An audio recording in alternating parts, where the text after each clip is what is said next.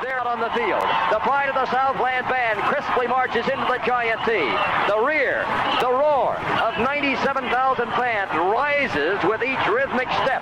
In the background, George Beatsis is singing "Fight, Balls, Fight." The orange and white Shakers flood the air. The Volunteers are ready at the north end of the football field to burst through the gate. They're coming now, racing onto the field through the Giant T. In that magic moment that says, wherever you are, it's football time in Tennessee. Welcome to the Talkin VAWLS Network. My name is Boogie Bentley, and this is the day after. You know, sometimes the post-game shows get a little emotional. Sometimes we get a little critical. I like to take time to sleep on it, wake up, put some thoughts together. So this is the day after Tennessee gets the victory, 34-27 over Pitt. And look, it was a sloppy football game last night. At times, Tennessee had opportunities to put the game away, but they kind of let Pitt hang around. But the bottom line is this Tennessee football team was resilient enough. They found a way to put it together and come out of Pittsburgh with a win, and that's huge for this football team. It's huge for Josh Heupel as you look ahead to the schedule. What can Tennessee do? Can they get to 8 wins? Can they get to 9 wins? And it goes a long way when you look at it and say this team didn't even play anywhere near their best, but they still came out of a road game with a win, a 17th ranked Pittsburgh team with a pretty dang good defense. Tennessee goes on the road and gets it done, sets themselves up pretty good now. You've got Akron next week.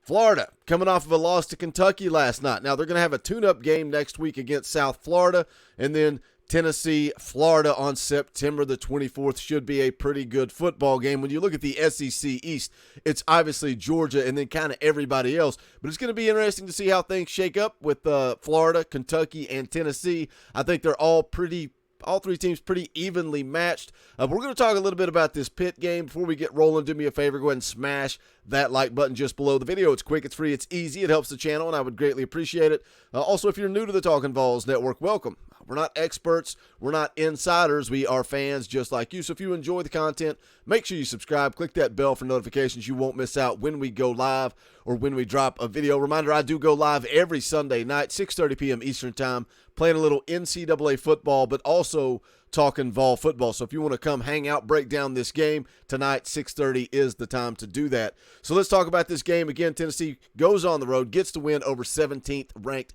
Pittsburgh, 34-27. You know, going into this game, something that I said was a key to the game was they had to get pressure on Kedon Slovis, keep him on his back, dirty up that uniform, force him to make mistakes, and that's exactly what Tennessee did. Not only did they come after him, but they also knocked him out of the game, did not participate in the second half. He did turn the ball over once. The big interception, Trayvon Flowers in the end zone, huge play early in the game. Absolutely a huge play, and that's one of the things about this thing. It wasn't just Tennessee that was sloppy. Pitt was sloppy as well, and I felt like they had almost mirrored last year. Early in the game, Pitt had a real opportunity to kind of put Tennessee out of this ball game, but they didn't do it. They kind of let Tennessee hang around. They got up to a 10-0 lead, and then Tennessee put it together towards the end of the first half. They go into the locker room 24-17, up 7. And the defense, man, you got to give credit to this Tim Banks defense for that middle of the game type area. They did a good job, and yeah, we can put stipulations and circumstances on it and talk about it was because Slovis was out of the game. That Pitt backup quarterback came in. He was beat up, banged up, but they were beat up, banged up for a reason. And again, it goes back to the pressure that this defense was able to get. I don't remember the exact number, but I saw you guys talking about it in the chat last night. Quarterback hurries, the most in 10 years for this football program. And I don't care if you're bringing linebackers, nickelbacks. I don't care who's getting to the quarterback. The bottom line is they got after the quarterback. If you can't get there with your front four, and that's the conversation we have, it's going to help this defense tremendously if the front four can get home and you don't bring linebackers. But at the end of the day, the bottom line is to beat Pitt, Tennessee had to get pressure, and Tim Banks found a way to dial up that pressure and get it done. And they got after Slovis. They also got after the backup. When you go and look and see who actually did get home and get the quarterback down to the ground, Trayvon Flowers had a sack. Wesley Walker, I believe, also had a sack. B.Y., Tyler Barron both got to the quarterback. Just a good job overall by this defense, not just getting sacks, but creating chaos, hitting the quarterback, forcing pressure, and then they capitalized on some turnovers. But again, flip the script on the other side of things. Tennessee going into that second half, again, up 7, and that's where it was kind of this back-and-forth dogfight type of game. You go into the second half, Pitt comes out, drives the field, misses a field goal, and Tennessee has an opportunity. I'm thinking at that point in the game, I thought, okay, if Tennessee can drive the field, go up 14 right here, it's going to break Pitt. It's going to break them. Got the backup in. They're going to be done. They're going to roll over and play dead. And Tennessee had several opportunities to go out and take a 14-point lead early in that second half. But again, they go down. They have the fumble from Jalen Wright, 4th and 1. I love the fact that Tennessee decides to go under center. I love that they go under center, give the ball to Jalen Wright. He coughed up the ball. They also had an offensive pass interference early in that third quarter. And you come out and you have an opportunity to go take a 2-score lead, and instead you're looking at I think you had a 2nd and 30, 2nd and 31, something like that. You end up having to punt the football. You have some more miscues, false starts. Then you end up with a blocked punt. But again, it's back and forth. It's this back and forth sloppy game all night long. You got the block punt, and then Pitt turns around and missed the field goals. So it's almost this back and forth. But again, even though it was sloppy at times, even though Tennessee made mistakes, I love the fact that they just dig in and they get it done. And going into this game, we talked about how important it was to go on the road and get this win. And I know a lot of people were talking about it being, it's a revenge game, Boogie. It's a revenge game. All I can think about is last year's game. I want to go beat Pitt.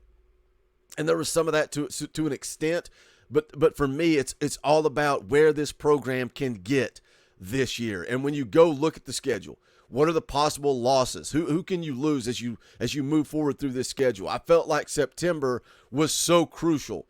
You know, obviously you're going to go take care of business next week against Akron, but then the big test now is Florida.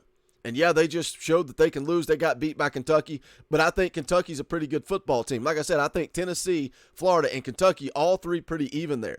So when you look at the remainder of the schedule and you say, well, Boogie, who do you think they're going to lose to? Florida and Kentucky, that's 2 right there that they can lose to. You can lose both of those games. You can also win them. That's why they're called toss-ups. LSU on the road isn't looking as tough. The way Brian Kelly acted after a week, that program may completely self-implode. But that game is still a toss-up. You still got to go on the road to Baton Rouge. Alabama, Georgia, those games are losable.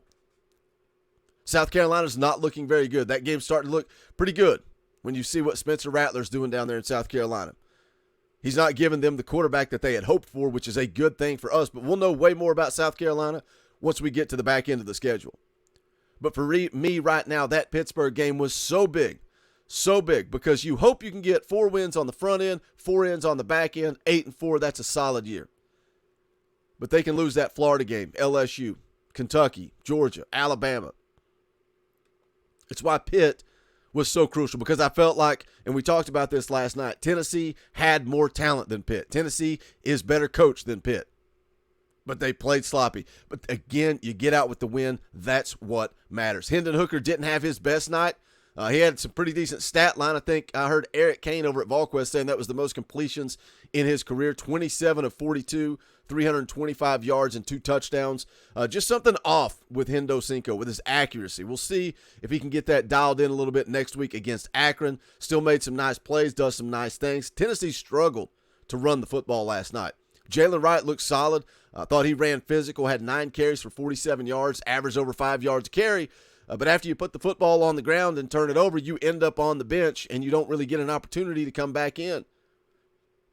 Jabari Small had a couple of 1-yard touchdown runs, but averaged 1.7 yards per carry. And you know, that I think that's why Tennessee really tried to get Hendon Hooker involved in the run game, because they were not having success. They were not having success. And again, you got to give credit where credit is due. Pittsburgh's got a pretty dang good front defensive 7. So that's going to factor into Tennessee's lack of ability to run the football. Aaron Beasley's another guy worth mentioning on defense. Just continues to fly around and look the part wherever Juwan Mitchell is. If it's a carryover suspension from last year, if it's something going on this year, whatever is happening, I don't know if he's ever going to see the field, because Aaron Beasley's not going to give up that position, because he may be the best player on defense right now. Just flying around, making plays, getting after the quarterback. Aaron Beasley looks the part. Your wide receivers, love to see Jalen Hyatt, just kind of almost like the check down guy. Get it out to him quick. Let him try to go make plays with his feet. 11 catches for 73 yards. Cedric Tillman had a big-time fantasy football stat line. 9 catches, 162 yards, and a touchdown. But had a lot of drops, man. Cedric Tillman had a lot of drops. Again, talking about opportunities to kind of put the game away early. You had a chance to hit Cedric Tillman deep, right in the hands, right in the face. He drops it, but he comes up big when it counts. He comes up big at the end of the game. Game's on the line in overtime. Who does Hendon Hooker go to? He goes directly to number 4, boxes out, hauls in the touchdown, gives them the go-ahead lead. Defense gets it done. We get out of there with the victory. Want to see more from Brew McCoy? He looks good. A lot of positives to take away, a lot of things to clean up.